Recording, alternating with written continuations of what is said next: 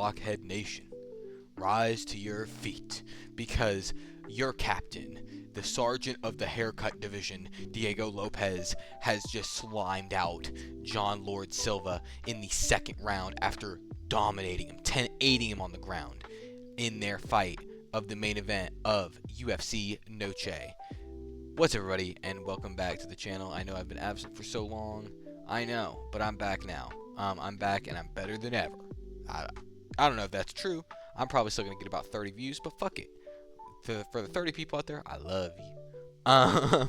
But no, great event UFC Noche was. It didn't look that good on paper, but I really liked how it turned out. Very exciting fights, very exciting finishes. We're going to be going over the main card here, kind of going over what happened. Maybe I'll give some people who I want to see fight next. Starting off in the opener of the main card, we had Santiago. Oh my god, I have a stroke. Santiago Luna versus Quang Lee. Good fight, very good fight. Luna definitely is a prospect to fucking watch in the bantamweight division. He got a first round KO over Lee. Lee was game. Lee stunned him early in the first one. I think he even may have knocked him down. But Luna got up and Luna marched that boy down, and damn, he put him out. He had him up against the cage. He went to the body. He went to the head. I believe Lee fell, got up, and then got put down again. And Luna landed one follow-up shot, and the ref called it. So great fight, very good fight by both Luna and Lee. Luna definitely. I don't care what people say. I don't care if people say it's early. I know this is his first fight. I believe it's one of his first fight in the. It was his first fight in the UFC, right? I believe it was his debut. Let's see. Yeah, it was. So, in his debut, gets that kind of W. Give him Kyler Phillips. Give him Kyler Phillips, because what's Kyler Phillips going to do to him? And it gets him in the rankings even faster. Bantamweight, it's a good division, but I want to see even more stars come out of it, and I think this kid could be a star.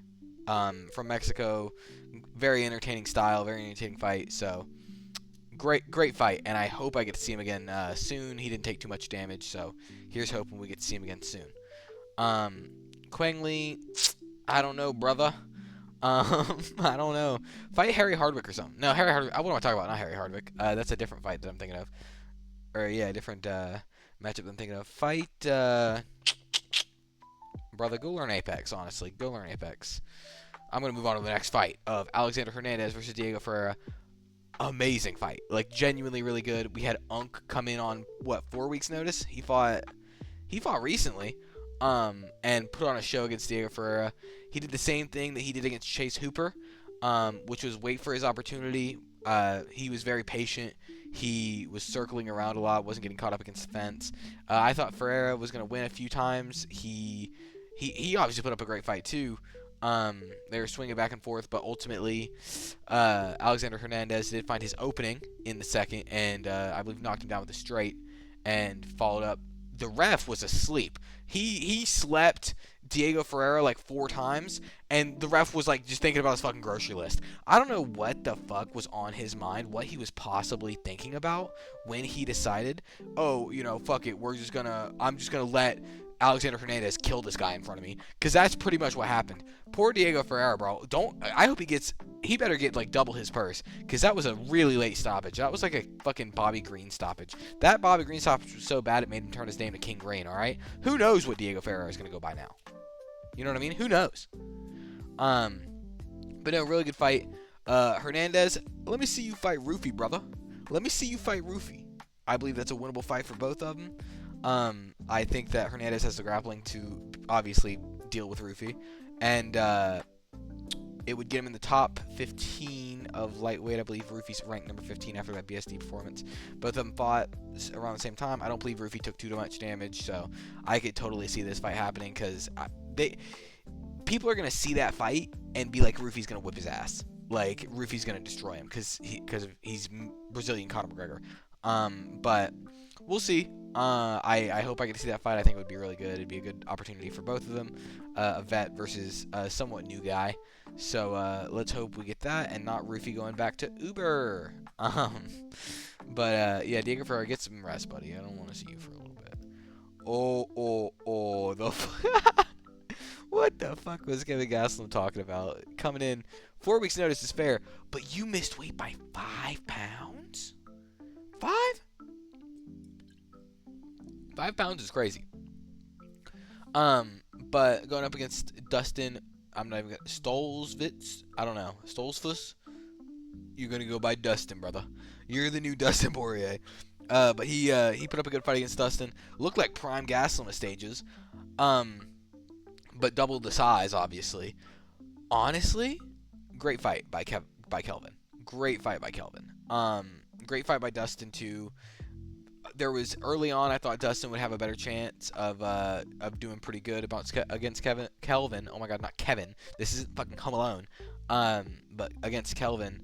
But Kelvin was just fast, man. For a semi truck, he was fast. Those things got some speed. I thought for sure Kelvin was gonna get finished. It didn't seem like he was very committed. But I think after this fight, this is like I've always kind of thought this, but this has kind of solidified it for me. Kelvin should move up. Kelvin should move up to light heavyweight. Why not? Because throw him up there against the guy I want him to fight next. I think Kelvin wins, honestly. And people are gonna call me crazy about that because the guy I want him to fight next is a pretty tall guy, pretty built guy. But I think Kelvin could beat him, especially if he closed the distance, grappled some, especially if he had that speed that he had tonight. I mean. And let's get Kelvin in the gym with David Goggins, all right? I know that dude's a deadbeat and he's leaving his kids, but hopefully he can help Kelvin leave the fat behind. Because I want to see him go against Zhang Minyang, all right? I mean, I think he could probably wrestle fuck Zhang. He might be able to outbox Zhang a little bit. Zhang's boxing is nasty, but I feel like if Kelvin even lands one calf kick, Zhang will fold in half, and he will just not be much of a fight. So give him a top 15 fight after this in light heavyweight, not middleweight, not brother. No. Can you believe he's talking about going back down to welterweight? Kelvin, you better start doing cocaine like your name's Dana White if you're going down to fucking welterweight again, brother. Because you're not making that shit no more. You're not. Dustin, who should you fight at middleweight? I don't know, brother. I want to see you on the prelims of UFC 323. I want to see that, brother. Let me see that. Moving on to the lightweight bout between Rafa Garcia and Jared Gordon. Very good fight, back and forth fight. I thought Jared Gordon had it in a few moments, but Rafa Garcia, man, he is tough. I think Jared Gordon messed up his own knee at one point. I know he came out in a brace. I think his knee was compromised. And I think Rafa Garcia took really good advantage of that. But really back and forth fight, just a fucking slugfest, dude. Obviously both these guys, Garcia landed 107 shots. Jared Gordon landed 80. I don't think this lowers Jared Gordon's stock at all. I really don't. I think he could still fight a pretty up there prospect at lightweight and be fine. I don't think that's questionable at all. Rafa Garcia, on the other hand, Rafa Garcia is just a really tough puzzle to solve. You know what I mean? Because he's so tough, and I've been thinking a lot about who I want to place him up against after that fight because it was a very competitive fight. But I think he does deserve a top 15 opponent after beating Jared Gordon. I think I want to see him go against Grant Dawson. He doesn't have a fight booked right now. I could see that fight happening. I could see it being a very competitive fight. I think Grant Dawson beats him and keeps him out of the top 15. But it would be a very fun fight. I can see it headlining like a prelim or something like that. So definitely exciting things to come in the lightweight division. I'm very excited to see more from Garcia and Gordon. I think Gordon's a little bit of an unk, but I'm hoping he bounces back. Rob Font versus David Martinez. David, of course, stepping in for Chihuihuis on short notice. Amazing fight. An amazing performance by David Martinez. Oh my God. This kid came out like he was trying to open the fight. He came out ready to fucking take on the world. The guts he has, the shape he's in, the style he has. This dude has the potential to fight for a belt eventually. I fully believe that. Am I saying that off a Rob Font win? Yes, but he's Rob Font. Rob Font's fucking good, alright? Rob Font's very good. Who do I want? Oh, let me tell you this about this fight, alright? So, I was watching it, and, man, I think Martinez dropped him in the second or third, and I lost my fucking shit. I couldn't believe it. I'm bandwagoning this guy. David Martinez, you're my new GOAT. Sorry, Volk. I'm just kidding. No one can ever top Volk. But thank you, Diego Lopez. No, hold on. But no, David Martinez. I really like this fucking fighter, bro. I really like him. And I can't wait to see him again. I want to see him take on. He 100% deserves another fighter in the top 15. A cajillion percent. I think, the division is kind of tied up right now, so I had a hard time finding him someone above Rob Font. Because I do believe he'll break into the top 15. I don't think he'll take spot number 10. I think he'll probably be around 13 or 14. I want to see him against Vinicius Oliveira. That would be. Do not tell me that would be that wouldn't be a crazy fucking fight. That fight would be amazing. I would sell my firstborn child for that fight. All right. That fight was gonna keep me up at night. You understand me? But just imagine, dude. Those two little quick fucks. That would be incredible. The speed of David. Oh, I'm gonna glaze this guy. Just the speed of fucking Martinez, dude. Absolutely ridiculous. He has a great takedown defense too, it looked like. Did Rob even get a single takedown? No. He shot 5 and didn't get 1. He has crazy output, crazy speed, good power. I don't know what to tell you, brother. He's looking good. Rob Font should fight Chuiwis, I think. I think that fight should just be rescheduled. It was a really good fight. I don't think Rob Font took too much damage, so I think he could fight Chuiwis again. I think after both of them heal up and everything, I think that'd be a great fight. I think Chuiwis probably wins. I think Chuiwis probably gets the sub, but great fight nonetheless. Moving on to our main event and the one we're going to talk about the most. Oh my God, Blockhead Nation, your captain has arrived. Diego Lopez absolutely dominates Gene Silva in the main event of Noche UFC. Who could have guessed that? Me, motherfucker. Me. No, I didn't. I obviously didn't post a video. I've had some family stuff going on, but I fully believe in Diego Lopez. I thought that the momentum of the Fighting Nerds is at an all-time low right now, with the losses of Hoofy, however you say his name, the guy with the One Piece tattoo, and Kaio, and then obviously Prates bounced back with that spinning elbow over Jeff Neal, but he did lose to Ian Gary. So obviously the Fighting Nerds weren't at the level of aura they were at a few months ago. But I will say this, Gene Silva, you are an entertaining fighter, my man. You're so fun to watch, and I cannot wait to see you fight again. I genuinely can. I have such a banger picked out for you, Gene Silva. I have such a banger fight picked out for you. The world's gonna go crazy. The world's gonna love it. All right. But before we get to you, Gene, or actually let's do Gene Silva first. Because I want to talk about my GOAT, Diego Lopez, next, the next featherweight champion. All right. He showed phenomenal improvements in this fight compared to that Volk fight. He was patient. He was collected. He was very calm. He did go crazy a little bit, but not to the extent that he normally did. He didn't blitz nearly as hard. But just crazy work from Diego Lopez. I'll talk about him in a minute. I'm so excited. I'll talk about him in a minute. Gene Silva, though, good fight, very good fight. Gene Silva, incredible hard. I mean, in the first round, Diego Lopez, I believe Gene Silva went for a takedown, or Gene Silva got in a very weird position, and Diego took advantage of it, got full mount, and just started dropping 12-6 elbows like it was nobody's business. I thought for sure that it was going to be a first-round finish by Diego Lopez. I thought for sure there was no way that it wasn't going to be a first-round finish of Gene Silva, because he probably landed about 35 unanswered elbows to the head. And Gene Silva was defending, but he was stuck, bro. Diego Lopez was dry. He's probably one of the best grapplers in the featherweight division. He was not getting.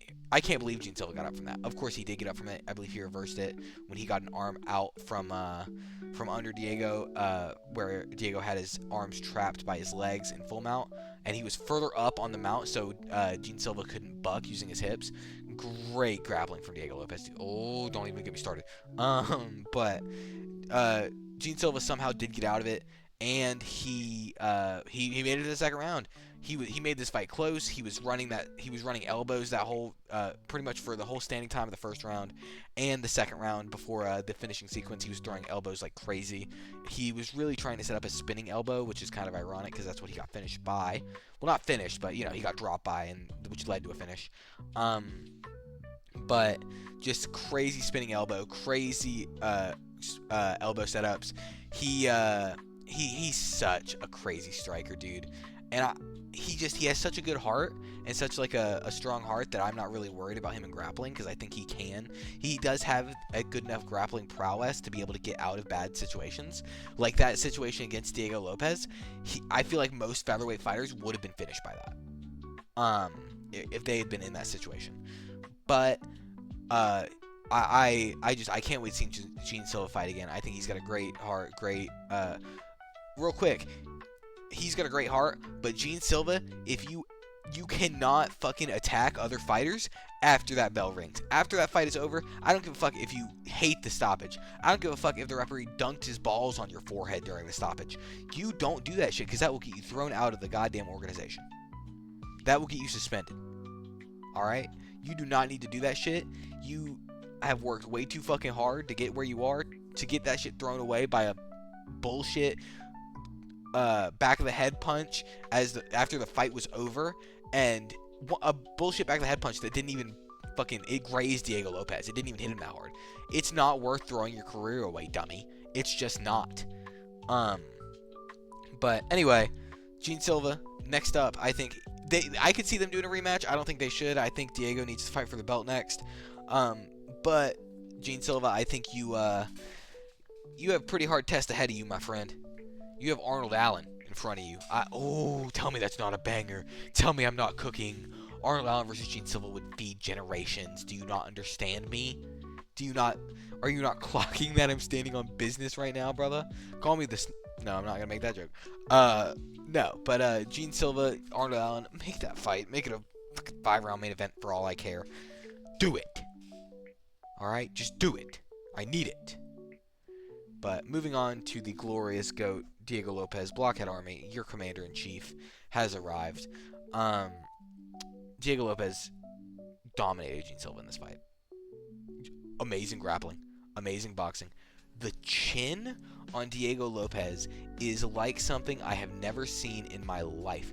And by the way, I don't ever want to hear anyone call Volk washed again, because he dropped Diego. Silva didn't. That's all I'm saying. That's all I'm saying.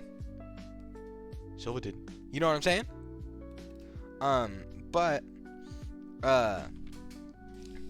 So, yeah. Gene Silva did not do that. Gene Silva did not drop Volk. Diego did. Or wait, no, what am I talking about? What am I talking about? Diego Lopez did. Yeah, he did. He dropped. Or Volk got... Oh my god, I'm tripping.